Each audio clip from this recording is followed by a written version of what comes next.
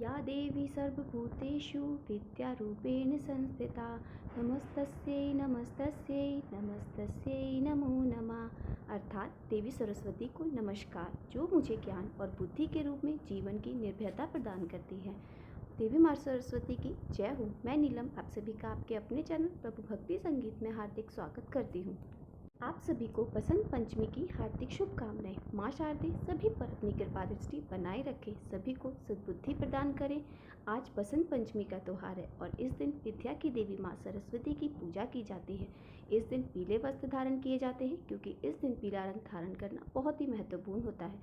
बसंत लोगों का मनचाहा मौसम, सबसे प्यारा मौसम। जब इस मौसम में फूलों पर बहार आ जाती है, खेतों में सरसों के फूल इस प्रकार लहरा रहे होते हैं मानो सोना चमक रहा हो, और जौ और गेहूं में बालियां खिलने लगती हैं। आम के पेड़ों पर बौर आ जाती है, हर तरफ रंग बिरंगी तितलियां मंडराने लगती हैं। बसंत ऋतु का स्वागत करने के लिए माघ महीने के 5वें दिन शुक्ल पक्ष की पंचमी तिथि को बहुत बड़ा उत्सव मनाया जाता है, जिसमें भगवान श्री विष्णु और कामदेव की पूजा की जाती है। यह बसंत पंचमी का त्यौहार कहलाता है। शास्त्रों में बसंत पंचमी को ऋषि पंचमी से उल्लेखित किया गया है। पुराणों और शास्त्रों तथा अनेक काव्य ग्रंथों में भी इस ऋतु का अलग अलग ढंग से वर्णन मिलता है।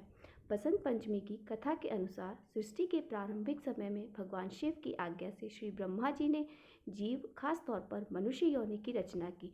लेकिन अपनी बनाई हुई इस रचना से स्वयं ब्रह्मा जी संतुष्ट नहीं हुए।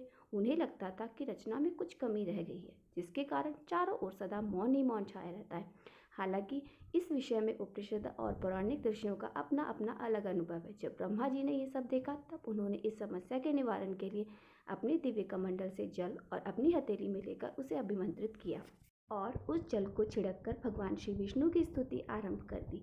ब्रह्मा जी की यह स्तुति सुनकर भगवान श्री विष्णु तुरंत ही उनके सम्मुख प्रकट हो गए और उनकी समस्या जानकर भगवान श्री विष्णु ने आदिशक्ति दुर्गा माता का आवाहन किया और विष्णु जी के द्वारा आवाहन होने के कारण वह भगवती दुर्गा तुरंत प्रकट हो गई। तब श्री ब्रह्मा और विष्णु ने उनसे इस संकट को दूर करने का निवेदन किया। ब्रह्मा जी तथा विष्णु जी की बातों को सुनने के बाद उन्हीं आदिशक्ति दुर्गा माता के शरीर से श्वेत रंग का एक भारी दिव्य तेज उत्पन्न हुआ, जो एक दिव्य नारी के रूप में बदल गया और एक चतुर्भुज सुंदर स्त्री वहां पर प्रकट हुई, जिनके हाथ में वीणा तथा दूसरे हाथ में वर मुद्रा था तथा अन्य दोनों हाथों में पुस्तक और माला थी। आदि शक्ति श्री दुर्गा के शरीर से उत्पन्न तेज से प्रकट होते ही उन देवी ने वीणा का मधुर नाद किया, जिससे संसार के समस्त जीव जंतुओं को वाणी प्राप्त हुई। जलधारा में कोलाहल व्याप्त हो गया, हवा चलने से सरसराहट होने लगी।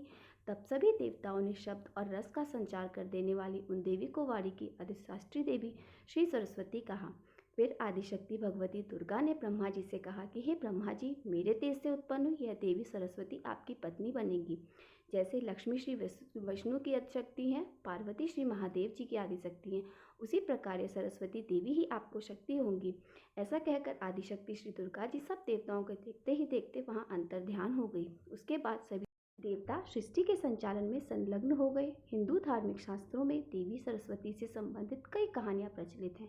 देवी सरस्वती को सफ़ेद साड़ी पहने हुए, एक हाथ में कमल, दूसरे में माला, तीसरे में पुस्तक, चौथे में वीणा बजाते हुए सुंदर स्त्री के रूप में प्रस्तुत किया जाता है। देवी सरस्वती की इसी सुंदर के कारण भगवान ब्रह्मा सरस्वती जी की सुंदरता पर एक समय मोहित हो गए थे और उन्होंने सरस्वती जी को अपनी पत्नी बनाने का निश्चय कर लिया था।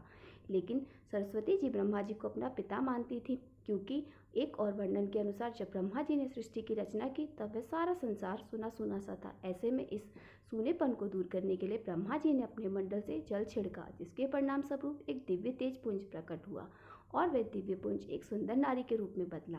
वही सुंदर पुंज देवी सरस्वती कहलाई। ब्रह्मा जी के हाथों प्रकट होने के कारण सरस्वती देवी को ब्रह्मा जी की पुत्री माना जाता है।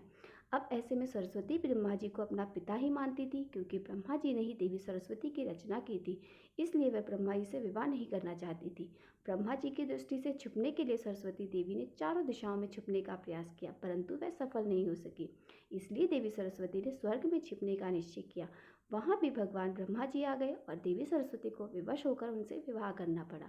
अपनी ही पुत्री से विवाह करने के कारण ब्रह्मा जी की सभी देवताओं ने बहुत आलोचना की और ब्रह्मा जी को उनके लिए किए गए सजा देने की भी बात हुई।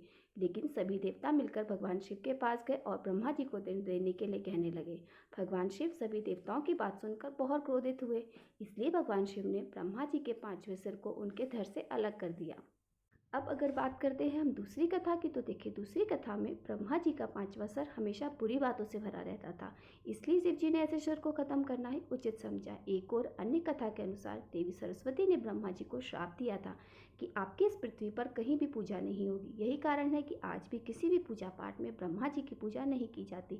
लेकिन राजस्थान के पुष्कर और तमिलनाडु को छोड़कर कहीं भी अन्यत्र हमारे देश में ब्रह्मा जी का मंदिर ही नहीं है। बसंत पंचमी के दिन आप माँ सरस्वती को बूंदी, बेसन के से लड्डू, केसर, भात, पीले चावल, मालपुआ आदि का भोग लगा सकते हैं। इससे देवी बहुत प्रसन्न होती हैं और अपने भक्तों को शिक्षा, प्रतियोगिता, कला और संगीत के क्षेत्र में सफलता प्रदान कराती हैं।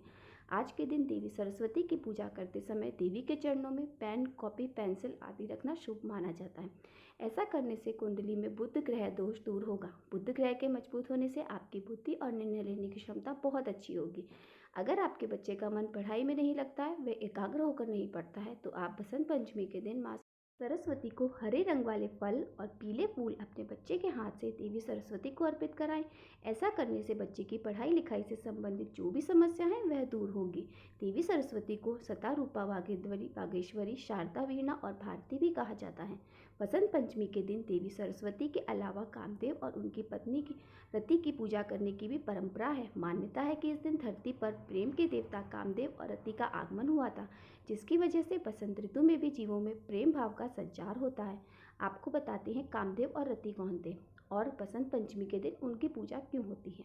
प्रेम के देवता कामदेव भगवान श्री विष्णु और माता लक्ष्मी के पुत्र माने जाते हैं। पौराणिक कथा के अनुसार कामदेव ने समाधि में लीन शिवजी का ध्यान भंग कर दिया था, जिससे क्रोधित होकर भगवान शिवजी ने कामदेव को अपने तीसरे नेत्र से जलाकर भस्म कर दिया था। कामदेव को भस्म स्वरूप में देखकर उनकी पत्नी रति विलाप करने लगी। तब भगवान शिव ने उन्हें आशीर्वाद दिया था कि कामदेव भाव रूप में मौजूद रहेंगे। वे मरे नहीं हैं, वे अनंग हैं, क्योंकि उनका शरीर नष्ट हो गया है, वे अब बिना अंग के वाले हो गए। शिव जी ने द्वापर युग में कामदेव को दोबारा शरीर प्राप्त हो जाने का वरदान दिया था, जिसके बाद द्वापर युग में कामदेव को भगवान श्री कृष्ण के पुत्र प्रद्युम्न के रूप में फिर से शरीर प्राप्त हुआ था। तो भक्तजनों, ये थी आज की कथाएं। कथाओं को अंत तक सुनने के लिए आप सभी का बहुत बहुत धन्यवाद। और आप सबको कथाएं कैसी लगी अवश्य बताइए। अगर मेरी वीडियो पसंद आई हो तो वीडियो को लाइक और मेरे साथ जुड़े रहने के लिए चैनल को सब्सक्राइब अवश्य कर लीजिए। मिलते हैं आपसे अगले वीडियो में। जय मां शारदे।